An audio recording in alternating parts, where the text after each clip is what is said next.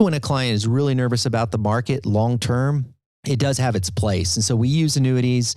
Every single annuity is placed in the context of a financial plan, and no one should over allocate to annuity.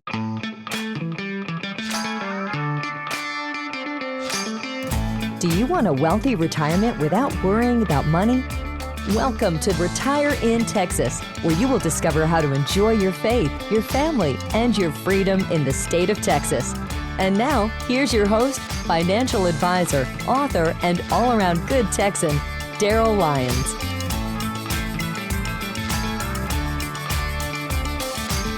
Hey, this is Daryl Lyons, and you're listening to Retire in Texas. Thanks for tuning in. Pax Financial Group is the sponsor of this program. We can't give you specific investment tax legal advice here, but visit paxfinancialgroup.com for more information. And if you need to speak to a financial advisor, text the word Texas to the number 74868. That's Texas to 74868. Look, we're going to do a show. It's a solo show today, but I want to talk a little bit about retirement distributions. It's a little nerdy, but it's good, and you're going to really appreciate it because some of you guys are putting money in retirement, but you need to start thinking about what it looks like down the road when you're taking distributions. And some of you guys are taking distributions now and kind of don't know all the mechanics. So I'm going to provide clarity there. I think it was important. Stephen Covey said, begin with the end in mind. So I want you to kind of have an idea of how this whole distribution works. How do you get money out of the investments to kind of repeat your paycheck? So I'm going to cover that in detail, and we'll do that as briefly as we can with as much meat on the bone as possible. So I'm going to do this in a top 5 countdown approach. Number 5, mechanically, how do withdrawals from investments work? So this is a question I get. Sometimes people don't ask. Sometimes people are afraid to ask. So how it works is companies set up what they call an ACH, automatic clearinghouse. And so they'll set it up. So they look at your IRAs and they say, okay, we're going to take out $1,000 a month, and it's going to hit your bank account on the 3rd of each month. I'm using that as an example. If it falls on a weekend, then it'll end up being the Monday following the 3rd, but it'll be the 3rd of each month. And using that ACH form, it'll transfer automatically to your bank account, and it'll withdraw from your investments, lowering your investment account each and every month. So you don't want to make many adjustments in that because it's just burdensome, basically, and administratively challenging. But that's basically how you replace your paycheck. Now, what happens is you're going to say, okay, what about taxes from that? Do I pay the taxes So that depends. If you have an IRA, all the financial institutions will withhold taxes. So let's say it's $1,000 a month. You can tell them, hey, can you withhold 20% for taxes? And then they will in turn send that check off to the IRS for you. So you don't have to worry about that. And then at the end of the year, they'll make sure that they sent enough. You can adjust it each year. Look at your tax return each year because you have a nominal and effective tax bracket. Many of you in retirement age are going to be paying, I'm guessing, under 10%. Because your standard deduction is going to cover a lot of it's going to reduce your taxable income quite a bit. So you look at your effective tax rate when you get your tax return next year, and that's really the amount that you need to have withheld. But if you do 20%, then you're going to get a little tax refund each and every year, and that may be fine for you. You may enjoy that tax refund, but if you want to get a little bit more accurate, then look at your tax return at the very bottom. It's going to have your effective tax rate, and that would be your withholding. The key element here, by the way, that's on traditional IRAs, traditional 401ks. If you have a Roth, then you don't have any taxes due. Roths are completely tax-free. On non-IRAs, though, they don't do withholding typically. So you're going to have to do that yourself because the taxes are not a byproduct of your withdrawals on a non-IRA. The taxes are not a byproduct of your withdrawals.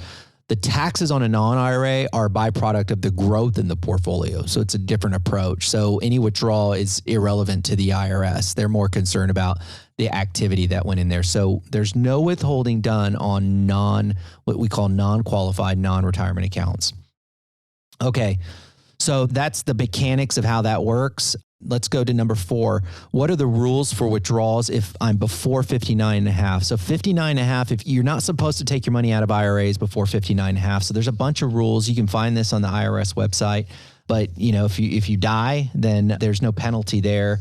If you become disabled, you have to be permanently disabled. It's not just like a temporary disability. There's no penalty there. These are found mostly under Section 72T of the tax code. Equal and substantial periodic payments. Believe it or not, you can take money out before age 59 and a half at 55, as long as they're equal and periodic distributions. So that's nice. So let's say I really want to get out of this job and I'm waiting till I'm 59 and a half and I can't wait any longer, you can take advantage of this Section 72T and do equal and periodic payments. Most financial advisors can guide you, and you can start taking money from your IRAs before 59 and a half. You just have to use this rule and follow the rules and stick to them. If you mess up the rules, then they can claw back and take a penalty from your IRA. But you can, under Section 72T, get equal payments without a penalty. First-time home buyers, you can do that too. That's $10,000. This doesn't apply to your 401k, but it does apply to your IRA. Medical, you won't have a penalty there. It has to be above 10% of adjusted gross income, so pretty heavy duty medical expenses. I think they did change that though to 7.5. You'll have to double check me on that. Some health insurance premiums if you're unemployed. And then there's several others, but qualified domestic retirement order, there's no penalty for that. Other than those are the big ones that I know of. Other than that, if you're under 59 and a half, you take money out of your IRA, you are going to be subject to a 10% penalty and tax, which is pretty hefty.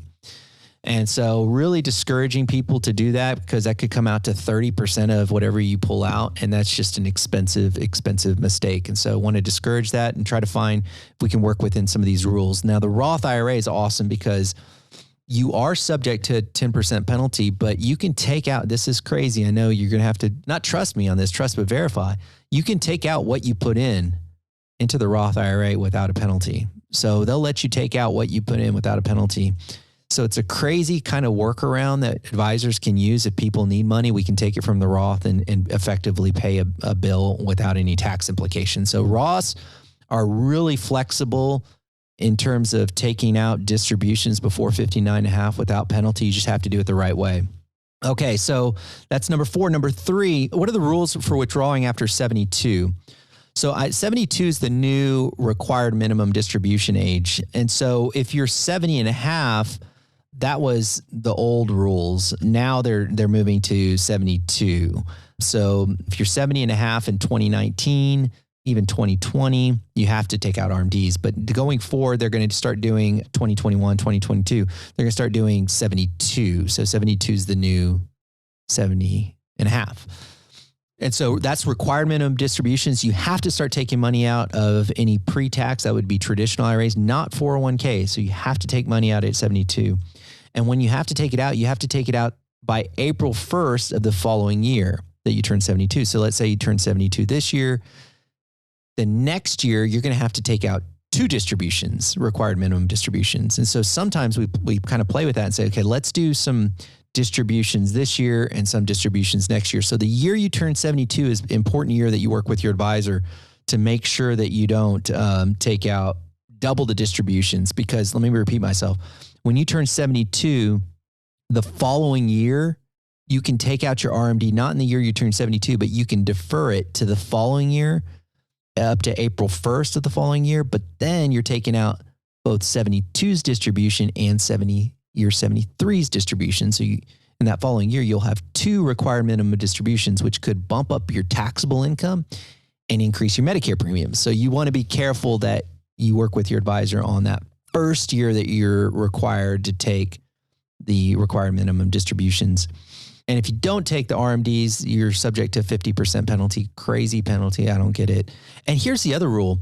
The financial institution is not responsible for the RMD. You are. So don't expect the financial institution to do it for you. A lot of them, I know we do. We have systems set up to try to help as much as possible, but we've had some slip through the cracks over the years, and it could be a 50% penalty, and it's on the individual. The RMD is calculated using an actuarial table. So basically in the first year, they look at life expectancy and they do look at beneficiaries, and they say, okay, take the amount of assets you have, and I'm going to use this as an example, and divide it by 22. Let's say that's the number of years they think you're going to live. Then that will be your required minimum distribution. And so that number changes every year. And it's subject to who you pick as a beneficiary. It's a lot to unpack on the 72 rules real quickly. Hope you got all that. If not, you can listen again and put it on a slower pace or faster pace. Okay, so yeah, we covered 3 so far. Let's cover the 2 more. What sequence of return risk? This is the biggest risk for retirees. Gosh, I can't overemphasize this enough. So when you're saving for retirement, and I tell you to dollar cost average, that's really good. You want the market to go down because you're putting in money each month and you're buying shares at a lower price. That's when you're saving. The worst thing that can happen is you retire in 2008 and the market crashes and you're taking money out. you're having it ACH into your bank account, you're eating your seed. And so when it sprouts back up, you have fewer seeds. And so eating your distribution when the market's going down is one of the biggest mistakes retirees can make. And it's one of the things I focus in on more than anything because it's the biggest risk for retirees. And I've had so many people in our office retire at the wrong time because we've been through a lot of tough markets. And I've had people retire at the perfectly wrong time. I feel, this is just me, I feel we've done a good job navigating through that. And we may never ever get a pat on the back for it, but it's something that we think deeply about because we know sequence of return risk is critical. And so you do not want to eat your seed. You do not want to take distributions when the market's going down in the first years of retirement. You don't want to do that. So how do you solve that problem? I think there's two ways to solve the problem. One is make distributions from a cash portion of your investment. So if you have an investment, so I'm going to make it up, let's say you have $500,000 and you want to withdraw $1,000 a month, rather than taking it from your portfolio, carve out some of your portfolio and put it in cash and then take that distribution from the cash portion of your portfolio. So that's more stable. So the other stuff can go haywire, but your cash portion is stable. So that's one way to do it. And then replenish your cash every year. And you can do that however you feel comfortable. The other thing you could do is use annuities. You want to be careful to use annuities, but annuities do provide the protection against the sequence of return risk. And that leads me to number one. The number one question I get all of the time because of all of the crazy, hilarious annuity salespeople out there. They're nuts. They're crazy. They have all these radio shows. They say things that are just wrong. I definitely have an opinion on it, but there's just, misinformation is used a lot. And it's certainly in the annuity space. The commissions they get on these things are crazy. But anyways, they have a place. Annuities do have a place. We offer them. It's about, I want to say, it's got to be 5% of our total assets in our organization. It's not much, but we do recognize that they serve a purpose, and they serve an incredible purpose. Certainly the interest rate environment, because it impacts annuities, has to be right. So we have to know that the product is offering the credits that make sense. But also when a client is really nervous about the market long-term, it does have its place. And so we use annuities. Every single annuity is placed in the context of a financial plan, and no one should over allocate to annuity. No one should put 100% of their money in annuity. Nobody should really put more than 50% would be a stretch. 25%, okay. But you really want to be careful because it's not liquid. And then there's so many nuances to annuities. You don't want to wake up one day and say, I regret getting this because I didn't understand it at the time. And then you can't do anything about it. You're like married to this thing. So you want to be careful not to over allocate, but they absolutely serve their purpose. We've seen them time and again. We're not afraid to use them. We're not afraid to make the recommendation. We've been able to set up our organization where our advisors do not have a conflict of interest when they're making an annuity recommendation. Their compensation is materially the same when it comes to making a stock portfolio recommendation, a bond portfolio. They're fee-based advisors. There's not a conflict that exists there. So we feel comfortable using annuities in the right context. Now, I will say, do not buy an immediate annuity. Don't buy an immediate annuity. Interest rates are so low right now. In 1999, when I first started in this business, immediate annuities would get somebody like a 10 or 11% interest rate, and they would get that for the rest of their life. Right now, you're getting a 2% interest rate. So do not use immediate annuities right now. In 5 years, come back to me and we might be talking immediate annuities, but right now, don't use those and don't put too much in annuities. But I do think that they have their place. So there's our top 5 countdown for retirement distributions. Number 5, mechanically, how do retirement distributions work? Number 4, what are the rules for me withdrawing before age 59 and a half? Number 3, what are the rules for me withdrawing after 72? Number 2, what is the sequence of return risk that I've heard about? Number 1, should I consider annuity? So that's a lot to unpack. I hope that was helpful. 18 to 80, the book I wrote a few years ago, does cover some of this, so you can grab that. And we've got plenty of other podcasts that cover some of these topics in more detail, but I hope that gave you an overview, and I hope it helps you as you do your planning for next year. And remember, you think different when you think long-term. Have a great day. This is thepodcastfactory.com.